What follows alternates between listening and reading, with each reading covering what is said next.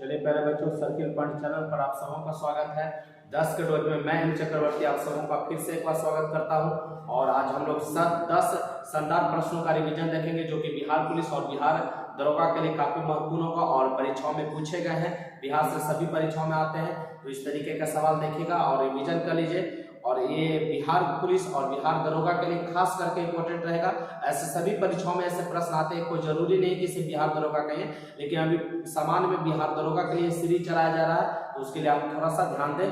ठीक है, चलिए ध्यान दीजिएगा। आज का पहला क्वेश्चन, राज्यसभा के सदस्यों के चुनाव की विधि क्या है?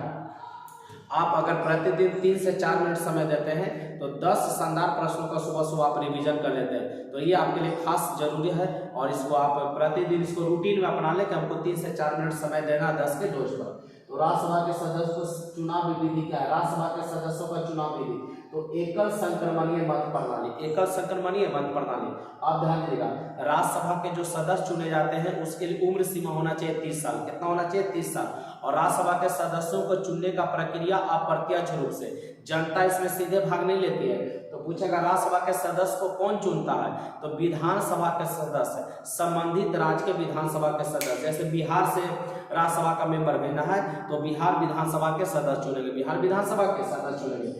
तो राज्यसभा के सदस्यों के चुनाव की विधि क्या है? एकल संक्रमणीय मत प्रणाली, एकल संक्रमणीय मत प्रणाली। संसद की कौन सी समिति नियंत्रक एवं महालेखा परीक्षा के रिपोर्टों की समीक्षा करती है? तो इसका नाम है सार्वजनिक लेखा समिति। ध्यान दीजिएगा, नियंत्रक एवं महालेखा परीक्षा, जिसको शॉर्ट में कहते हैं कैग, इसके रिपोर्टों का समीक्षा करना किसका काम होगा?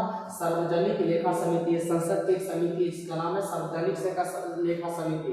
ये नियंत्रक एवं महालेखा परीक्षा के रिपोर्टों को क्या करता है? समीक्षा करता है। नील नदी के देवता को किस नाम से पुकारा जाता था? ओरिसिस। कहां से? ओरिसिस। और देखेंगे ये नील नदी के देवता को किस नाम से, कोई बुक, ये सवाल परीक्षाओं में ही आ जाते हैं और इसका आपको जब भी मिलेगा तो सेट प्रैक्टिस के दरमियान ही ऐसे प्रश्न मिलेंगे। तो ऐसे प्रश्न को आप खास करके याद रखेंगे, किसी बुक में इस तरीके का प्रश्न नहीं मिलेगा। तो नील नदी के देवता को किस नाम से पुकारा जाता था? तो ओरिसिस के। सेट प्रैक्टिस वाला ही बुक रहेगा, उसी में आपको खास करके ये मिलेगा। ठीक है, सब्जेक्टिव टाइप में बुक में ये सब क्वेश्चन नहीं दिया रहता। तो नील नदी के देवता को किस नाम से पुकारा जाता था? ओरिसिस। 1899 से 1902 में लड़े गए बोअर युद्ध। ध्यान दीजिएगा, बोअर युद्ध कब हुआ? 1899 से 1902। 1899 से 1902 में बोअर युद्ध लड़ा गया।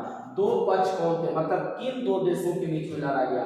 तो इंग्लैंड और हॉलैंड, इंग्लैंड और हॉलैंड। याद रखेंगे, इंग्लैंड और हॉलैंड के बीच में बोअर युद्ध हुआ। बोअर युद्ध किस देश के बीच में? इंग्लैंड और हॉलैंड। बोअर युद्ध किस युद्ध देश के बीच में? तो इंग्लैंड और हॉलैंड। कब से चला? तो 1899 से 1902। 1899 से 1902। मेन कैंप पुस्तक के लेखक हिटलर। मेन कैंप पुस्तक के लेखक पूछेगा कौन थे? तो हिटलर। मेन कैंप पुस्तक के लेखक पूछेगा तो हिटलर। राज्यसभा के सदस्यों के चुनाव की विधि पूछेगा एकल संक्रमणीय मत प्रणाली। ठीक है, अब उसमें पूछेगा कि राज्यसभा के कितने सदस्य निर्वाचित होते हैं? तो 233 सदस्य निर्वाचित होते हैं, 233 सदस्य निर्वाचित होंगे और 12 सदस्यों का मनोनयन होता है, 12 सदस्यों का मनोनयन होता है। नील नदी के देवता को किस नाम से पुकारा जाता था? ओरिसिस के नाम से पुकारते थे। 1899 से 1902 में लड़े गए बोअर युद्ध के दो पक्ष बताइए? तो इंग्लैंड और हॉलैंड के बीच में लड़ा गया था 1899 से 1902 के बीच में। मेन कैंप पुस्तक के लेखक हिटलर। चलिए बढ़ते हैं, छठा सवाल। ब्रिटिश संसद में निर्वाचित होने वाले पहले भारतीय का नाम बताना है। तो दादा भाई नौरोजी। ब्रिटिश संसद में निर्वाचित होने वाले पहले भारतीय कौन थे? दादा भाई नौरोजी, दादा भाई नौरोजी। कांग्रेस सोशलिस्ट पार्टी के संस्थापक पूछेगा जयप्रकाश नारायण। कांग्रेस सोशलिस्ट पार्टी के संस्थापक पूछेगा जयप्रकाश नारायण, जयप्रकाश नारायण। भारत विभाजन किस योजना के स्वीकृति पर हुआ था? तो माउंटबेटन योजना। ध्यान रखिएगा, भारत विभाजन किस योजना के स्वीकृति पर हुआ? माउंटबेटन योजना। 3 जून 1947। माउंटबेटन योजना पूछेगा 3 जून 1947 और 15 अगस्त 1947 को विभाजन। भारत विभाजन किस योजना के स्वीकृति पर? तो माउंटबेटन योजना। आगरा शहर का निर्माण करता कौन किया था? या आगरा शहर को कौन बसाया था? आगरा शहर को कौन बसाया था?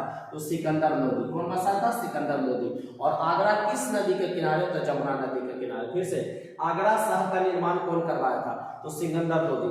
आगरा किस नदी के तट पर? तो तो जमुना नदी के तट पर। नागा अर्जुन सागर बांध किस नदी पर है? नागा अर्जुन सागर बांध किस नदी पर है? तो कृष्णा नदी पर। किस नदी पर? कृष्णा नदी पर। आंध्र प्रदेश और तेलंगाना की सीमा से लग जाएगा। पहले आंध्र प्रदेश ही था, लेकिन आपको पता होगा 2 जून 2014 से आंध्र प्रदेश का बंटवारा तेलंगाना के रूप में, आंध्र प्रदेश और तेलंगाना दो नए राज्य बन गए। तो नागा अर्जुन बांध पूछेगा तो कृष्णा नदी पर है। आंध्र प्रदेश और तेलंगाना दोनों की सीमा से लगता है। तो बच्चों 10 प्रश्नों का शानदार रिवीजन आप लोगों का रहा। उम्मीद करते हैं कि 10 प्रश्न आप लोग को याद होगा और आप शानदार रिवीजन किए होंगे। अगर जिनको नहीं याद है, जिन बच्चों को, आप सही तरीके से इसको याद कर लीजिए। आपके लिए परीक्षाओं के लिए काफी बेहतर रहेगा। इसको याद करने से एक ही बदलाव होगा कि आपका सिलेक्शन हो जाएगा। तो मिलते हैं कल के वीडियो में, तब तक के लिए बेस्ट ऑफ लक। जय हिंद, जय भारत, वंदे मातरम।